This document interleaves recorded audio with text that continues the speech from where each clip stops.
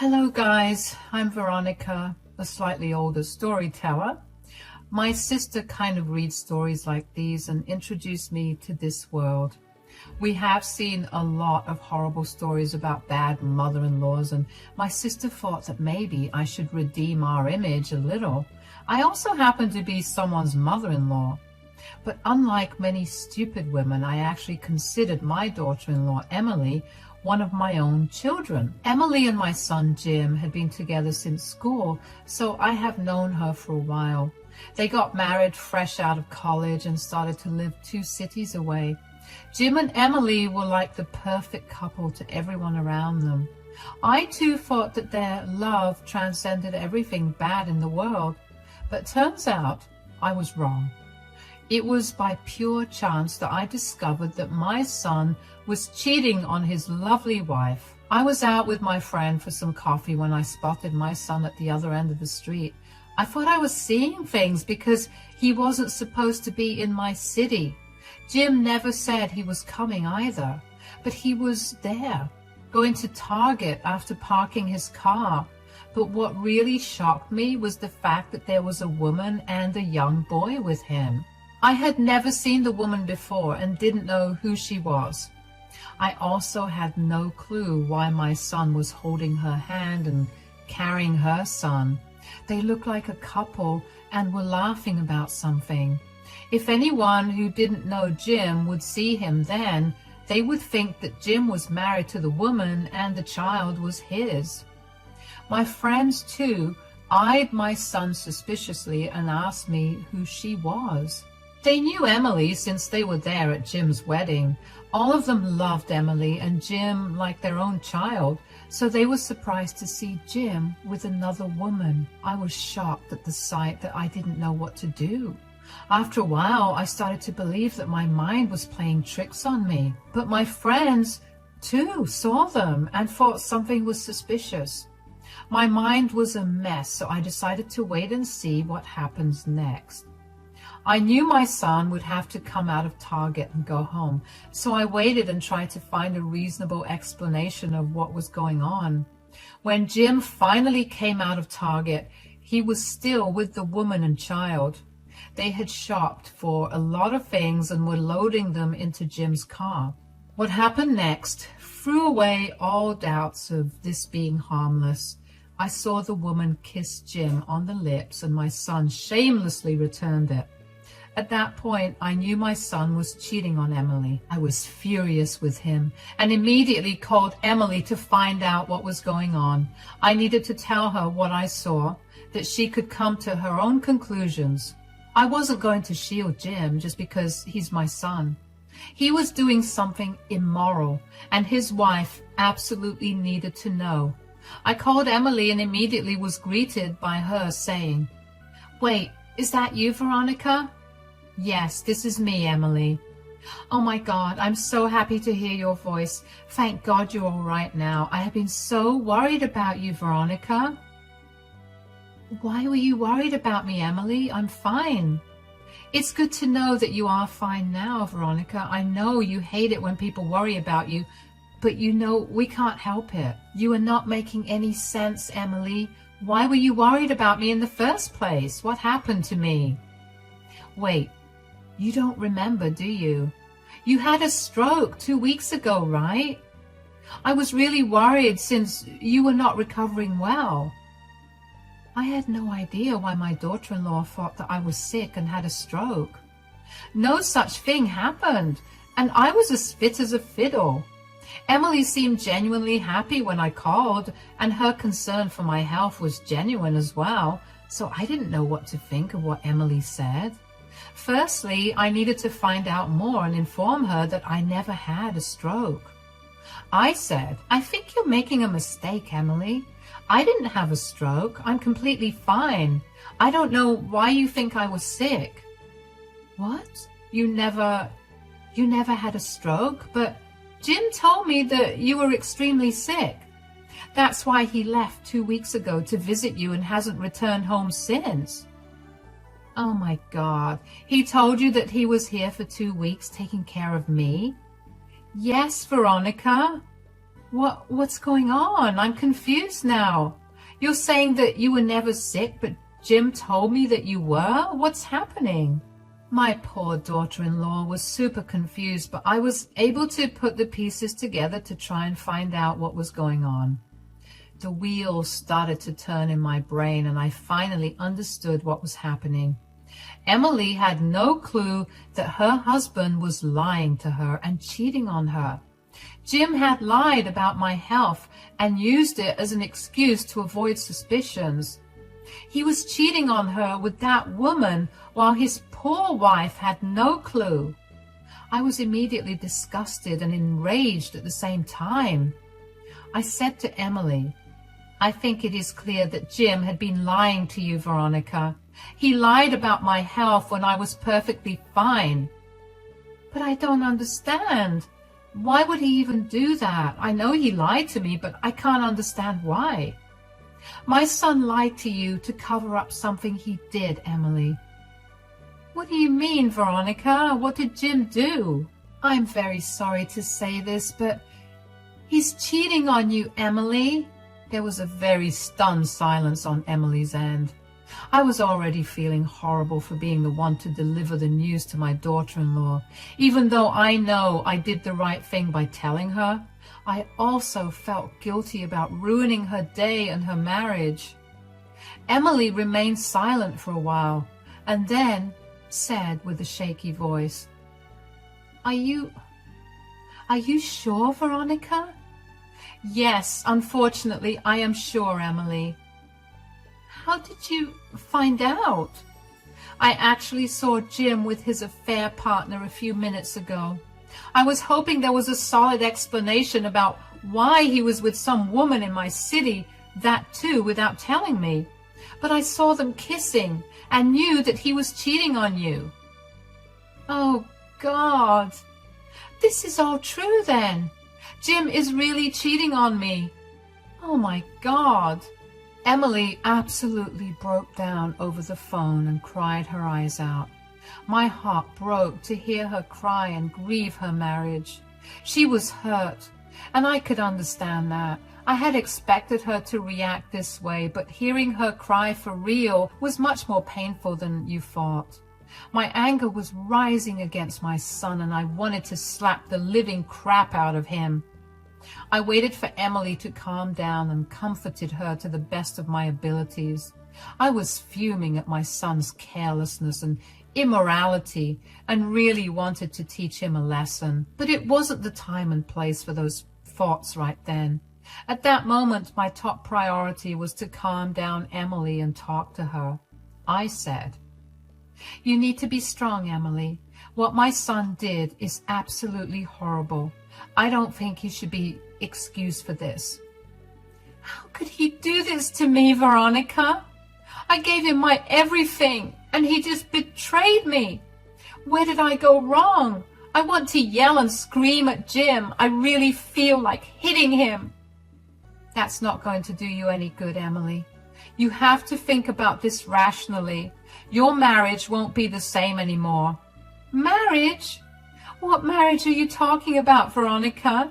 There will be no marriage after this. I will not stay with someone who blatantly lies to me and cheats on me." When Emily flared up in anger, I felt a little relieved. I didn't want her to pity herself. I wanted her to take action and teach Jim a lesson, just like I wanted. We women are not weak and won't let anyone walk over us. I wanted Emily to be strong and do something to make sure Jim pays. If she was really going to divorce him, I would wholeheartedly support her and even encourage her to do it. Disloyal men had no business getting innocent women into their trap. I said, "That's the reaction I wanted from you, dear. It's natural for you to be heartbroken, but you will be better off being angry at him than feeling sorry for yourself." "You are right, Veronica. It's just that I'm wondering if any of this is my fault." "You will never think of these things again, Emily. None of this is your fault. This is all Jim's fault. He should be the only one to blame. You have been nothing but a good wife to him." "I guess you're right, Veronica. Thank you for being so supportive. I can't believe he uses you as an excuse to cover up his affair. Do you know who the affair partner is? No, Emily, I have no idea who the affair partner is, but I did see that she has a son with her. She's not one of Jim's old friends, that's for sure. Don't worry, dear. No matter who she is, I will find out.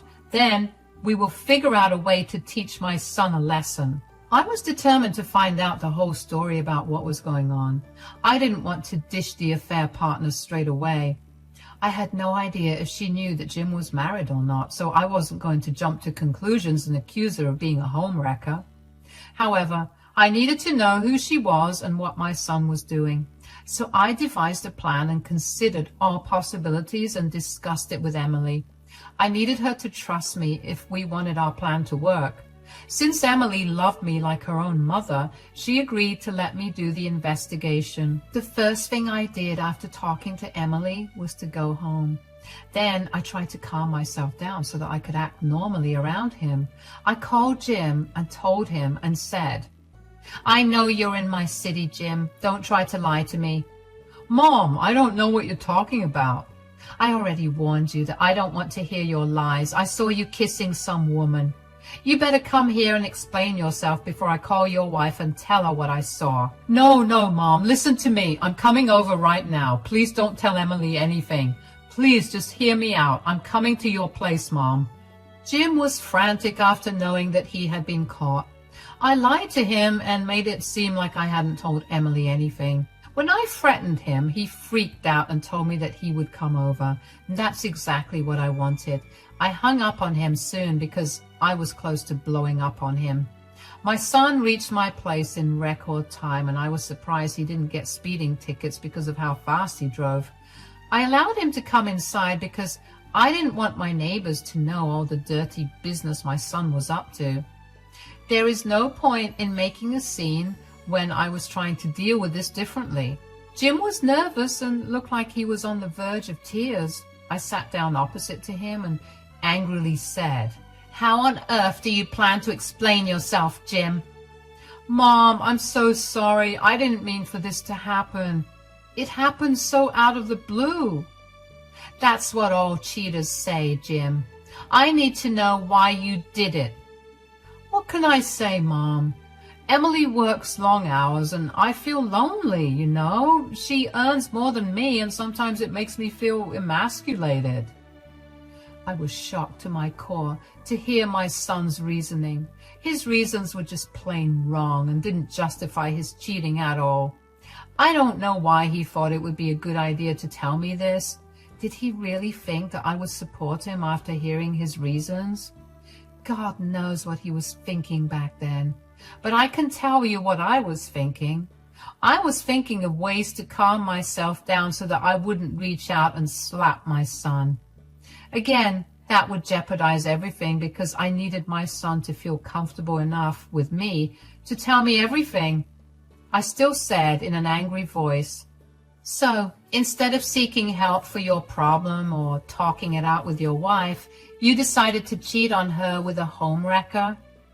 No, Mom. You're wrong about Sandra. She is not a homewrecker. She's having an illicit affair with a married man. How can you say she's not a homewrecker? Mom, she has no idea that I'm married. She's a decent woman who's struggling with her son. So being with her was actually an ego boost for me. I felt like a man because I was taking care of a poor widow with a son. I don't feel emasculated when I'm with her. That took several mysteries off my list. I finally found out the name of Jim's affair partner and his motivations for cheating. I also found out that the woman didn't know about Jim being married. Now, I even felt bad for Sandra while getting madder at Jim. Still, I didn't touch him or beat him into oblivion. Instead, I said, "What you did is extremely messed up, Jim." "I know, Mom. Believe me, I know that already." "What do you want to do now? Do you want to leave Emily?" "No, Mom. I really don't want to leave Emily. She's the love of my life. Plus, I'm pretty dependent on her in a lot of ways as well."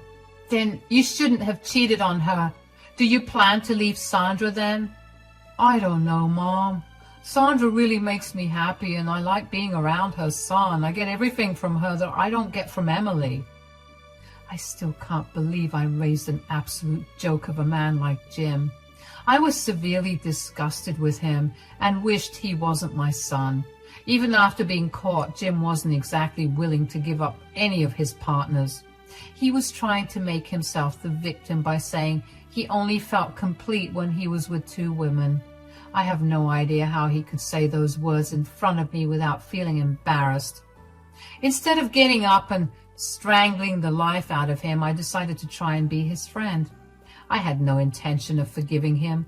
I just wanted him to be comfortable enough around me so that I had the time to execute my plan. I looked at him and said, "You need to tell me more about Sandra. She seemed like a nice woman. It's unfortunate that she's a single mother." "I'm glad you're not angry at her, Mom. She is a nice woman, and her son is also very lovely." I slowly started to get information out of my son about Sandra. Now that I knew that she was also an innocent victim, I wanted to track her down and inform her about the situation. Sandra really did seem like a nice lady, and I didn't want her to bring her innocent son around my pathetic one. So I gathered as much information as I could from Jim. Then I said, "You're right, Jim. Sandra sounds like a good woman, but Emily is a good woman too.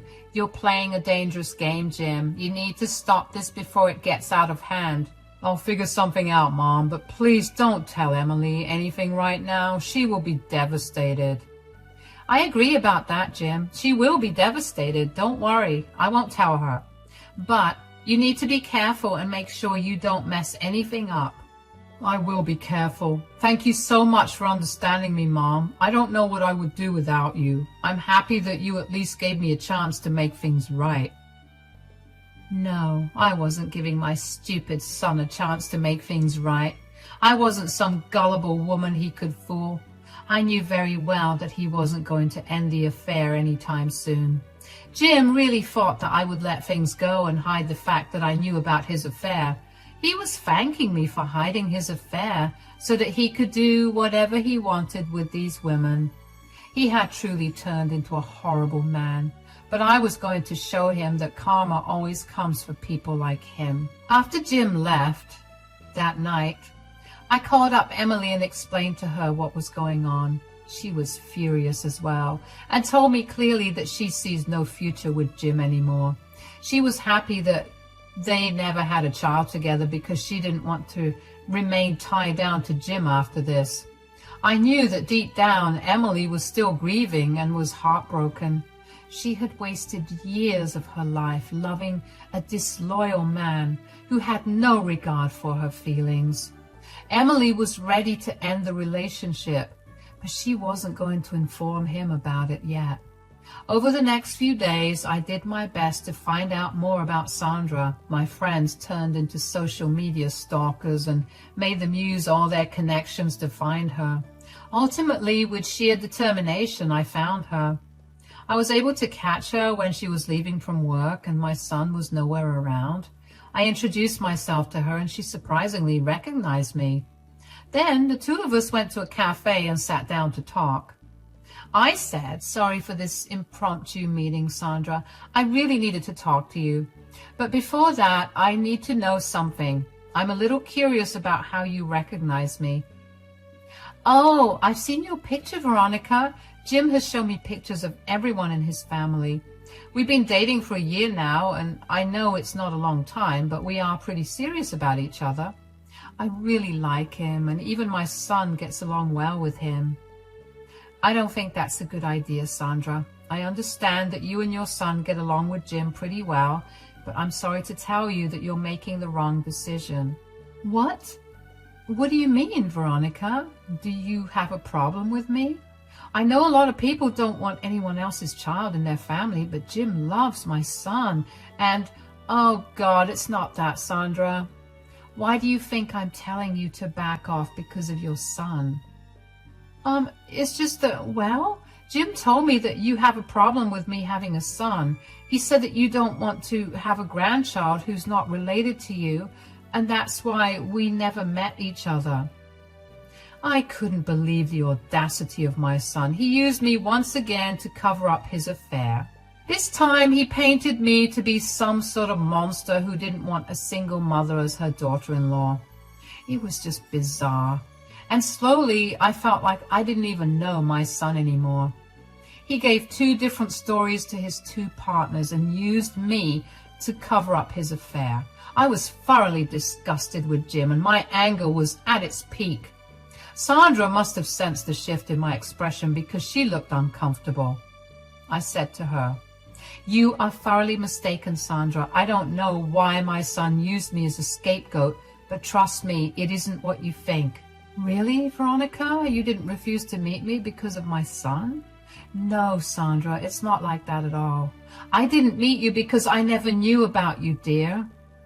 "What? How can that be possible? Did Jim never mention me?" "No, Sandra. Jim never mentioned you. I learned about you a few days ago when I saw you 2 at Target." "But why didn't Jim tell you about me? He told me a very different story." It was then that I decided to put the poor girl out of her misery. I felt like the world was angry at me or something. Within a month, I was telling 2 people that their partners were cheating on them. It was hard, especially since both Emily and Sandra were innocent parties. Still, it had to be done. I gathered myself and said, "Listen to me, Sandra. I will tell you what the matter is. You said that my son showed you pictures of his family, right?" "Yes, he showed me pictures of everyone." "Did he show you pictures of his wife as well?" "What? What are you talking about? What wife?" "I'm sorry to tell you this, but Jim is married, Sandra. He has a wife living in a different city. He had been cheating on her with you." You can only imagine what followed next. Sandra absolutely broke down crying right in front of me. The poor girl was seriously in love with Jim and was dreaming about marrying him fairly soon. Her son was also involved in the equation, and the poor girl was blaming herself for putting her son in such a horrible situation. I sat there with her and comforted her like she was my daughter. The girl had no one and depended on Jim for emotional support. Now she discovered that the man she loved was a fraud and a cheater. She was devastated.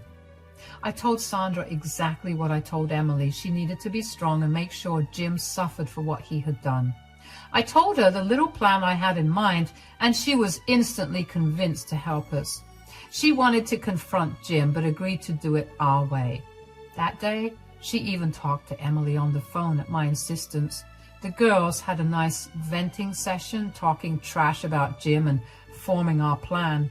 Then it was time for the big show. I knew that the plan I made would take me away from my son, but I didn't care about it one bit. He had done something horrible and used me to cover up his dirty work. I wasn't going to just be a doormat and accept what he has done. As far as I was concerned, he wasn't my son anymore. I didn't raise him to be an evil guy like this, so I was prepared to lose my son because I didn't want to stay in contact with him anyway. A few days after I met Sandra, I called my son Jim over to my house for a little meeting. He happily came to see me, thinking that nothing was wrong. You can imagine his face when he walked in and saw Emily waiting for him. He looked super nervous and said, "Hey, Emily, what are you doing here?" "Oh, hi, Jim. I'm here to see your mother, who's been recovering from a stroke. She looks all fine and dandy to me." Yes, she recovered really fast. She's been home for a few days now." "That is very interesting because Veronica says that she never had a stroke to begin with." "Care to explain why you used me as an excuse to cover up your affair?" "Mom, what are you talking about? What affair do you mean?" Jim was trying to act all innocent, but was failing miserably. He was actually shaking and sweating a lot. He was nervous because he knew he was caught. But he still had no idea how serious the situation was for him. He was mumbling and stuttering to come up with an explanation and ended up with this stupid question. Just as he asked me that question, Sandra walked into the room. Jim's eyes went wide as he spotted Sandra casually strolling into the room. He was now very pale and kept looking between Sandra and Emily. He gulped hard and looked at me for help, but my smirk told him everything he needed to know. Sandra walked in and said, "Do I need to explain to you what affair your mother is talking about, Jim?" "I don't know. Maybe she's talking about the affair you had with me." "What? Sandra, what are you doing here? What's going on?" "I will tell you what's going on, Jim. You have been caught red-handed having an affair and lying to Sandra about how you're single." "No, I didn't." "What's the use of lying, Jim? Emily and I both know the truth thanks to your mother." Jim looked at me like he hadn't expected me to sell him out. He looked very disheveled and was still shaking from anxiety and shock. He had the most stunned expression on his face and said, "Mom, did you tell them everything? You promised that you wouldn't tell anyone. How could you betray your own son?" "Shut up, Jim. You have no right to tell me these things. You are the one who betrayed 3 women. You used all 3 of us to do whatever you wanted. Did you think that we would just let it go?" "You have some nerve talking about betrayal, Jim. You were the one who horribly betrayed us all. I spent years loving you. I trusted you with my heart and even introduced you to my son. Have you no shame, Jim? How could you do this?" Emily and Sandra kept lashing out at Jim, who now sat down on the floor to deal with their onslaught. The 2 girls got their anger out on him and absolutely destroyed him mentally, just like he destroyed their lives. At the end of the session, Jim was reduced to tears. He was begging them both for forgiveness and to show him some mercy. He cheated because he wanted to feel masculine, but now he looked like a pathetic guy who couldn't even hold his head up. Sandra left the house after telling Jim that they were over. She told him that she would block him everywhere and tell everyone she knew what a horrible man he was. After Sandra left, Jim started to beg Emily not to leave him. He was desperate to have at least one woman in his life. He even asked me for forgiveness and told me to help him win Emily's forgiveness. I ignored him and told Emily to do what she wanted. That's when my daughter-in-law pulled out the divorce papers that she had prepared before coming to visit me. Jim took one look at those papers and immediately knew what they were. He started to cry loudly and begged Emily not to leave him. Emily simply served him and told him that they were done. After that, I pretty much had to kick Jim out and tell him not to show up at my house again. That night, Emily stayed with me and later Sandra joined us with her son. We had a great time together getting rid of all negative feelings so that we could put Jim's chapter behind us all. I'm sure you want to know what happened next. Well, Emily divorced Jim and got a hefty settlement. Since Jim only did freelance work, he didn't have much money left after the divorce. He used to be more or less dependent on Emily, and the cheating meant that he didn't get a cent of alimony in our state. He was kicked out of their shared apartment and had to go door to door for shelter. I refused to house him, and so did most of his friends who got to know about the affair. He has since expressed remorse for his affair, but karma is still after him. My son has managed to find very cheap accommodation with 4 roommates and is barely scraping by. He lost all the people in his life and is deeply regretting his actions.